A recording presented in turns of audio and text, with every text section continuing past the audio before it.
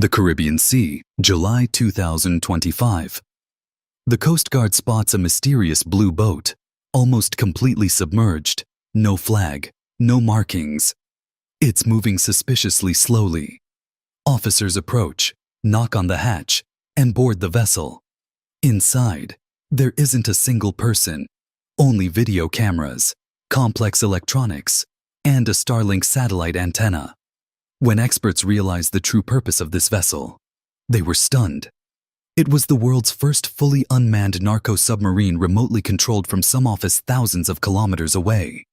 And this vessel had become the high-tech peak of a criminal evolution that has been going on for a quarter of a century. In just over 20 years, drug cartels have created a true underwater empire, the scale of which is hard to imagine. The story of this empire started almost like a joke, but by 2025, it had become a never-ending nightmare for law enforcement agencies around the world. Late 1980s, a strange object washes up on the coast of Florida, a 20-meter-long homemade metal coffin with a motor.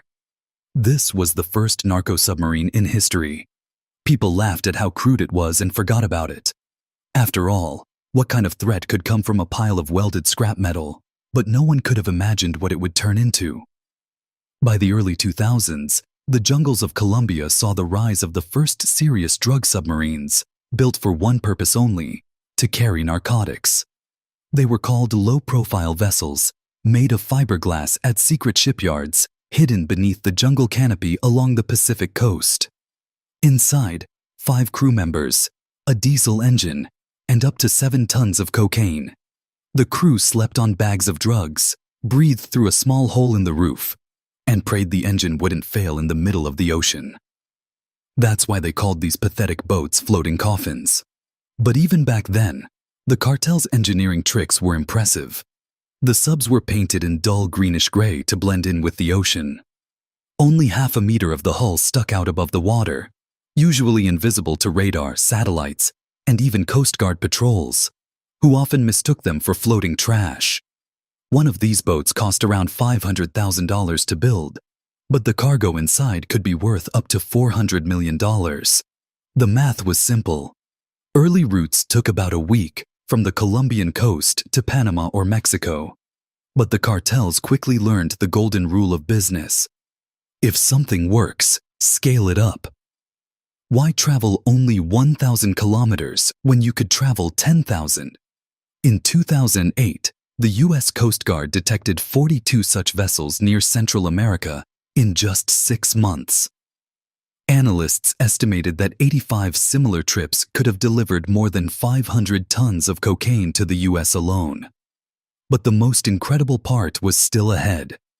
By the 2010s, narco-submarines began to cross the Atlantic. The route from the Brazilian Amazon to Galicia, Spain, 6,500 kilometers across the entire Atlantic, took 1 month. In 2019, the Spanish Coast Guard intercepted one such vessel off the coast of Galicia after 27 days at sea. On board were 3 exhausted men and cocaine worth $139 million. When inspectors climbed inside, they saw a floating hell. No comforts. Frayed wires hung from the ceiling. The engine was crammed into a tiny cabinet, and there was no toilet at all. For a whole month, the men had slept on the bare floor between pipes and fuel tanks. Yet this crude machine had made it halfway across the planet, completely avoiding all tracking systems. And that's when the real technology race began. The submarines grew bigger and smarter every year. Ballast systems for full submersion appeared, cameras on retractable snorkels, and advanced navigation equipment. Some models learned to disappear completely underwater, leaving only a thin air intake above the surface.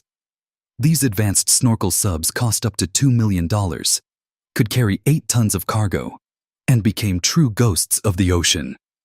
Here's a fact that even shocks experts. Not a single snorkel sub has ever been caught in open water, only on land after unloading.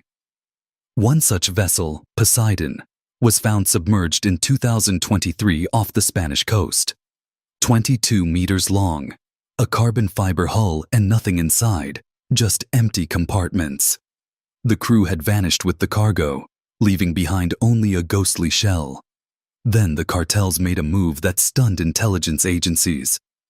In 2020, deep in the Colombian jungle, a 12-meter-long electric submarine was discovered. It cost $1.5 million.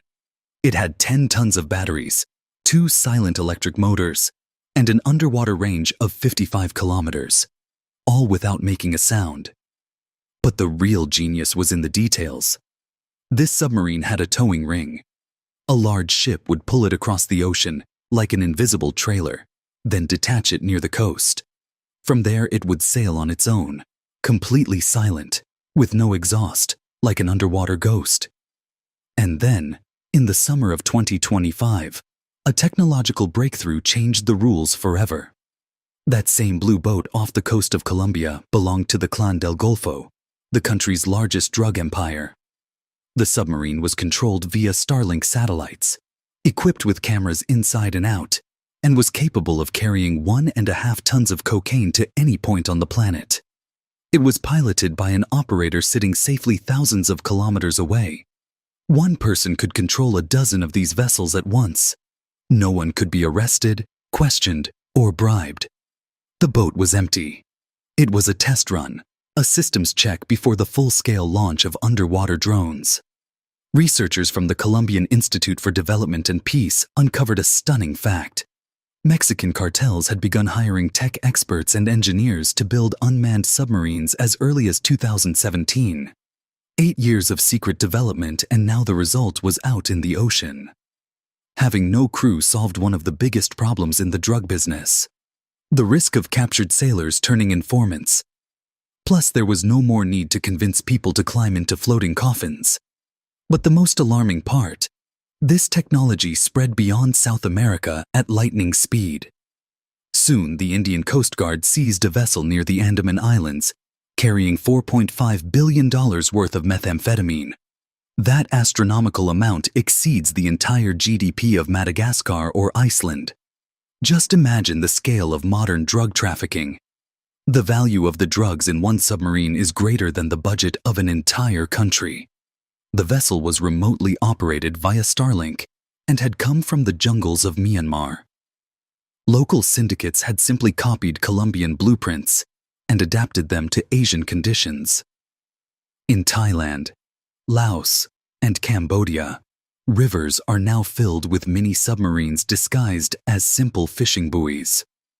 They're controlled by radio and surface at night off the coasts of Malaysia and Indonesia to unload their illegal cargo.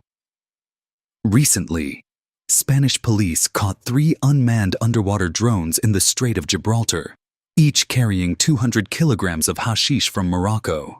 The technology of unmanned narco-subs is spreading across the planet faster than any virus.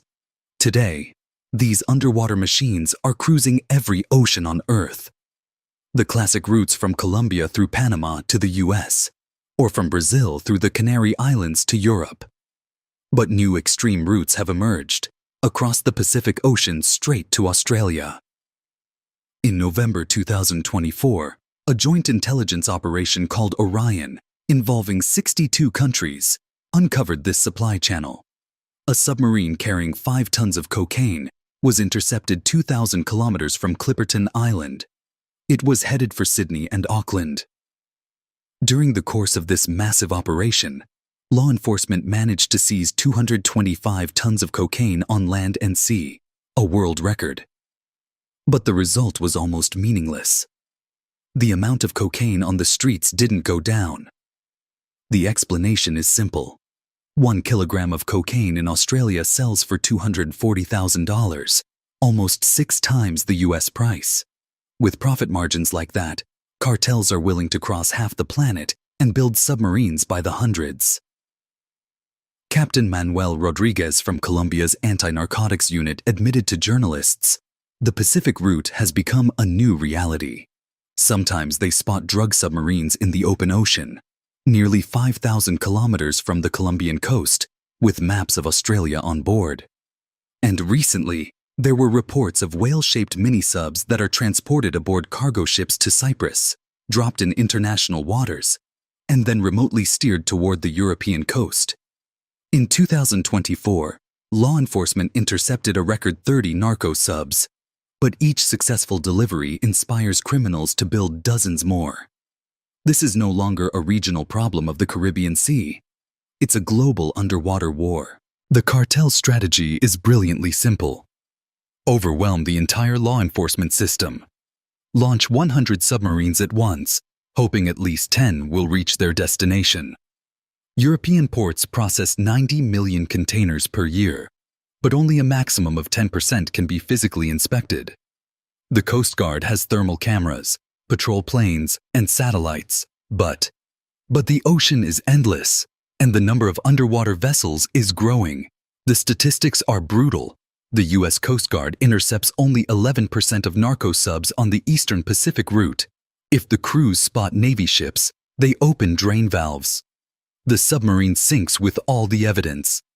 In February 2025, an officer from Trinidad drowned during the inspection of a narco submarine when smugglers opened the hull right under the Special Forces' feet. For unbelievable profits, the crews of these submarines are ready to risk their lives. In 2023, Colombians found a ghost ship drifting in the Pacific Ocean. 2 crew members had died in the engine room, poisoned by diesel exhaust. Spanish agents who patrol the Atlantic daily admit their helplessness. Criminal organizations are always one step ahead. In 5 years, only 3 submarines were caught off the coast of Galicia, but experts estimate that at least 100 more slip through unnoticed. That's a ratio of 1 to 30, and with the rise of unmanned technology, that ratio is only going to get worse. Law enforcement calls every interception a victory. But the reality is very different. Cartels continue to load tons of cocaine into homemade submarines because the method keeps working. For every sub that's caught, dozens make it through. Today, the drug trade has turned into a high-tech corporation with its own fleet and research departments. Submarines are designed with computer software, built in parts at various locations, and then assembled in jungle camps with full sleeping quarters for engineers. The cost of building one can reach $3 million, taking up to a year of non-stop work. Yet criminals build them faster than authorities can study the captured ones. Operation Orion revealed a terrifying truth. The cartels no longer fight each other. They cooperate. Mexican groups now work with Colombian, Brazilian, Ecuadorian, Peruvian, European, and Pacific networks. These are no longer scattered gangs. They're successful international corporations. The capabilities of modern narco submarines are truly staggering. The range from Colombia to Australia is 12,000 kilometers without refueling. One sub captured in late 2024 was found 5,500 kilometers from its home coast, with detailed maps of Australian ports loaded into its navigation system. The economics of single-use submarines may sound insane, but the math is solid. Despite a $2 million construction cost, many vessels are intended for one mission only. After unloading, they're either sunk or abandoned. A cargo worth $400 million easily justifies the loss. One captured drug lord, Laureano Ubiña, spoke of an entire underwater graveyard of sunken submarines near the Canary Islands. Global drug statistics destroy any illusions of winning this war. Record seizures, thousands of couriers arrested, and billions spent on coast guards have barely affected street drug prices. In 2024, the production, confiscation, and consumption of cocaine reached historic highs. Because this is no longer a war against people, it's a war against technology. Admiral Rojo of the Colombian Navy explained what's really happening. The move to autonomous submarines shows that drug traffickers are evolving toward complex unmanned systems. These machines are nearly impossible to detect in the open ocean, can't be tracked by radar, and allow criminal networks to operate with minimal risk. Experts are certain that in 5 years, such submarines will become cheaper and more reliable, and trips from South America to Australia will become routine. Try to grasp the scale of this disaster. In just 25 years, narco submarines have evolved from pathetic floating coffins to a fleet of high-tech, unmanned ghosts with satellite links, silently cruising every ocean on Earth. The world's most powerful nations, with their navies, satellites, and billion-dollar budgets, are helpless against jungle-made genius. In this underwater war, drug lords aren't just winning, they've crushed their enemies without even entering open battle. Somewhere out there, in the darkness of the ocean, another blue boat is moving right now. No crew, no fear, no chance of being detected. It knows the route, the destination, and the simple truth. Nothing can stop it. Since the first known transatlantic voyage in 2019, only 12 submarines carrying illegal cargo bound for European and Australian shores have been caught. 8 of those were in 2024 to 2025. How many of these underwater monsters are heading toward your coast right now? Dozens? Hundreds? Maybe thousands? Drug lords have launched an entire fleet of unmanned killing machines with modern satellite control, while military admirals are still debating which buttons to press. That's how the narco mafia turned the world's navies into a pathetic joke.